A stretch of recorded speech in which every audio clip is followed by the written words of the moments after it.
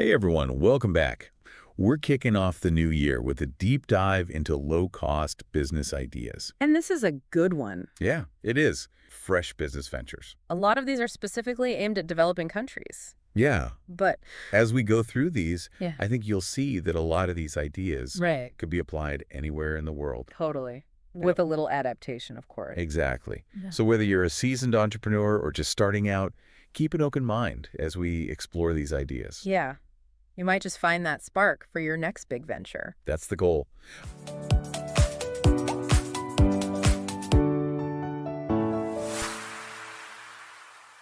All right, so one thing that really stood out to me right off the bat is that developing countries can be like the perfect testing grounds for new businesses. Yeah, I mean, think about it. Less competition, a focus on basic needs, and people are always looking for practical solutions. Right. And we saw some inspiring stories in these videos. Oh, yeah. Tons of them. One that really stuck with me was Fiona from Uganda. Oh, Fiona. I loved her story. She actually runs several businesses. She does, yeah. But the one that stood out was her local transportation service. Yeah, so she buys these inexpensive cars, right? Right. And then she rents them out to drivers. It's such a simple idea, but Yeah. it's so brilliant. Absolutely. And the beauty of this model is that it can be adapted to any location. Oh, totally. Yeah. Instead of cars, it could be scooters in a busy city. Or rickshaws in a touristy area. Even boats if you're on an island or near a lake or something. So many possibilities. Yeah. And it all comes down to identifying a need in your community. Exactly. What's the transportation pain point in your area, and how can you create a solution like Fiona did? Okay, so let's shift gears a bit and talk about recycling businesses. Oh, this is a good one. Yeah. Sustainability is obviously a huge topic these days. And it's only going to get bigger. And I think a lot of people don't realize that there are tons of business opportunities within that space. Right. And, we came across this really cool example in Kenya. Oh, yeah. The one with the building materials. Yeah. Yeah. They're taking plastic waste and turning it into these building materials that are actually cheaper than concrete. Yeah, I mean, how amazing is that? You're addressing an environmental issue and providing a cost-effective solution for the construction industry. Totally. I mean, it's like a win-win on so many levels. And then there was the Recycle Man from India, Oh, the Recycle Man. Yeah. turning trash into paving bricks. It's so inspiring to see people taking these everyday materials and transforming them into something valuable. Absolutely. It really shows you that you don't need some fancy degree or a ton of money to start a business that makes a difference. Absolutely. And the startup costs for a recycling business can be surprisingly low. Especially if you look into DIY options. Yeah. Like building your own press or something. Oh, yeah. There are tons of resources out there for that kind of thing. So before we move on, for anyone who's finding this information helpful, don't forget to hit that like button and share this deep dive with your network. Yeah, spread the knowledge. All right, now let's talk about distribution. Distribution is huge, especially if you're in a densely populated area. Okay, so break it down for us.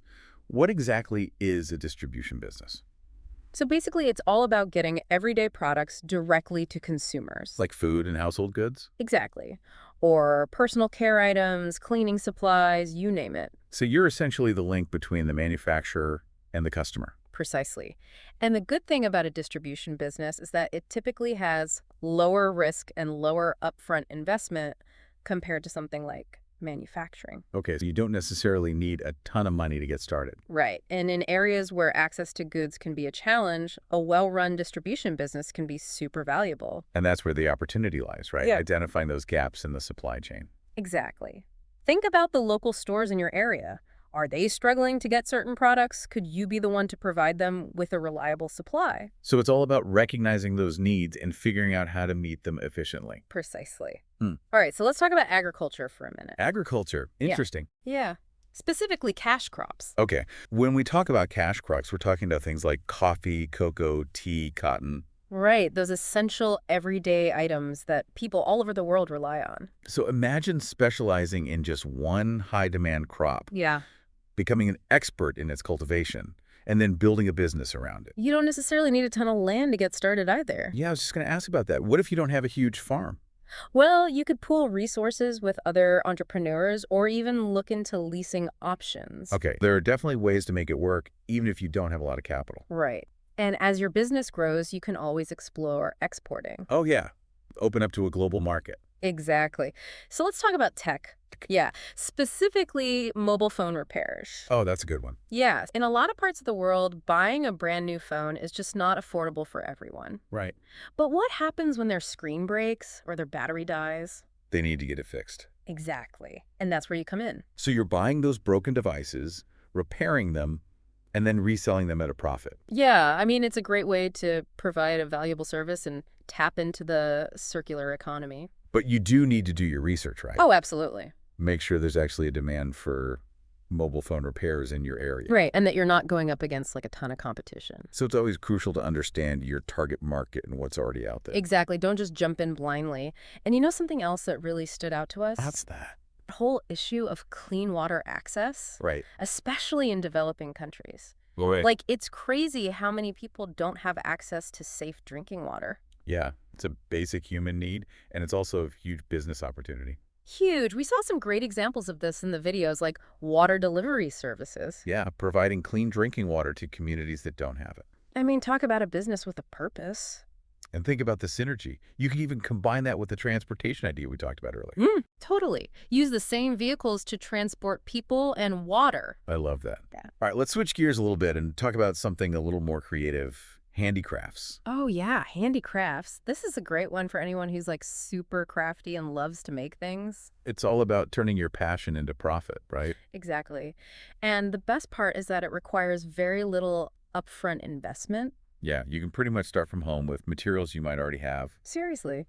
And one of the videos talked about the potential of selling handicrafts to tourists. Oh, yeah, that's a great idea, especially if you're in an area with a lot of tourists. Think about your local culture. What are some unique crafts or traditions that represent your region? And could you create something that tourists would love to buy as a souvenir? Exactly. Okay, so let's move on to another service-based business that's always in demand, home cleaning. Cleaning, that's a classic. It is for a reason. It's low cost, easy to get started, and there's always a need for it. You probably already have all the supplies you need. And you can start building your client base pretty much right away. And what I find interesting is how you can really scale a home cleaning business. Oh, yeah, for sure. Like you can start with basic cleaning services and then Yeah. expand to more specialized things like window cleaning or pool cleaning. Even pressure washing. There are so many possibilities. Okay, let's talk about food, because who doesn't love food? Oh, I know, right? So street food in particular is something that we saw a lot of in these videos, Oh, yeah, street food is huge. especially in certain parts of the world where it's a big part of the culture. I know. And it can be such a great low-cost business opportunity. Okay, but there's a lot of competition in the street food market, right? For sure. So you've got to find a way to stand out. So it's all about having unique recipes and branding. Absolutely. Make your food memorable and give people a reason to choose you over the competition.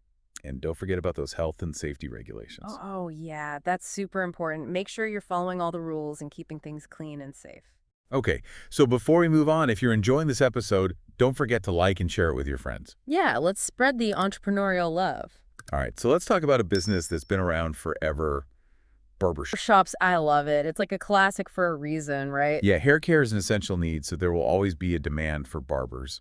Exactly. Yeah. And you can start small. You know, you can offer services from home to build your clientele. And then as your business grows, you can maybe invest in a dedicated shop space. Right, and create your own unique brand and atmosphere. And one thing that we noticed as we were watching these videos is that a lot of them are talking about 2025 Oh, yeah. and the future of business. And it seems like the digital world is only going to become more important. Okay, let's talk about that. What kind of low-cost business ideas are out there in that digital landscape? Well, think about all the skills that people are developing these days, like social media management, Oh yeah, that's a big one. content writing, virtual assistant services, graphic design. Online tutoring, all that stuff. Right. These are all areas that are booming online, and you don't need a fancy office or a ton of equipment to get started. Just a laptop and a good internet connection. Pretty much. And those skills can be your ticket to building a successful online business. We even saw app development mentioned as a potential business opportunity. Oh, yeah. App development is huge. Now, I know that might sound intimidating to some people. Yeah, but there are so many resources available to help you learn the basics of coding and app creation. You can even partner with a developer if you have a great app idea but don't know how to code it yourself. Exactly. It's all about collaboration and finding people who complement your strengths. So along with those digital ventures, we also came across some other Really unique and surprisingly simple low-investment ideas. Oh, yeah, like what? Well, one that really caught my eye was growing microgreens. Mm. Yeah, those tiny little sprouts you see on fancy dishes. Oh, yeah, those. Okay, I'm listening. Apparently, you can start this business for under $700 and potentially make a lot of money. No way. Really? There's a growing demand for them from both consumers and restaurants. Huh. Interesting. I never would have thought of that. We even found this guy named Jonah who started his microgreens business in his bare bedroom, No way. and he made $60,000 in his first year. That's amazing. I know, right? It just goes to show that you don't need a huge operation to start a successful business. Okay, what else? Well, another one that surprised me was renting out wedding art, the ones you see at wedding ceremonies. Oh, yeah. Okay. Apparently, people spend a lot of money on these things. I guess they do. So the idea is you invest in a few beautiful wedding arches, Okay. maybe in different styles, and then you rent them out to couples for their weddings. I mean, it makes sense. Weddings are a huge industry. And people are always looking for ways to make their special day even more special. So you could have rustic wooden arches, elegant floral arches, minimalist modern arches. Exactly. Yeah. Cater to all the different tastes and themes. That's pretty smart. Yeah, it's low cost, relatively easy to manage, and you're tapping into a market that's always going to be there. People are always going to get married. Exactly. All right, so let's talk about virtual assistant agencies. Virtual assistant agencies. Okay, this is a business model that's really taken off in recent years. Yeah, I've heard of those, but I don't really know what they do. So basically, it's like a matchmaking service for businesses and virtual assistants. So you're connecting the people who need virtual assistants with the people who provide those services. Exactly. You're the middleman. Okay. And the great thing is you don't need any specialized skills or a huge upfront investment to get started. So how do you make money? You take a cut of the fees that the virtual assistant charges. Ah, okay, so you're like a facilitator. Precisely. And the demand for virtual assistants is only going to grow. That makes sense with more and more businesses embracing remote work. And there are all these online platforms like Upwork and Fiverr that make it easy to find talented virtual assistants from all over the world. It's like a global talent pool. Well, exactly. So if you're good at connecting people and managing relationships, this could be a really great business opportunity. And don't forget to like this video and share it if you're finding this information helpful. It's pretty amazing when you think about it, how many of these businesses are all about solving problems and meeting needs. I know, right? Yeah. Like, it's not just about making money anymore. It's about making a difference. Exactly. And that's what's so exciting about these ideas, is that they can really be applied anywhere. Oh, yeah, totally. The key is to just adapt them to your specific context. Right. Like what works in one place might need a little tweaking to work somewhere else. Exactly. So as we wrap up this deep dive, what's the one thing you hope our listeners take away from all of this? That's a good question. I think for me, it's don't be afraid to think outside the box. Oh, I like that. Yeah. Like, challenge the status quo, Mm. be willing to explore those unconventional paths. The best entrepreneurs are the ones who see opportunities where others just see obstacles. Totally. And remember, you don't need to have all the answers right away. It's all about taking that first step. Yeah. Whether it's doing some research, finding a mentor, just brainstorming some ideas. The entrepreneurial journey is all about learning and adapting as you go. So for everyone listening out there, my question for you is, what's going to be your next step? What idea really resonated with you? What's that spark that's been ignited?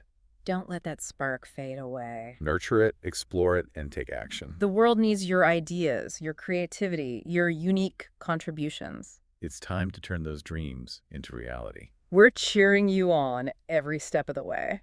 Thanks for joining us on this deep dive into low-cost business ideas. Until next time.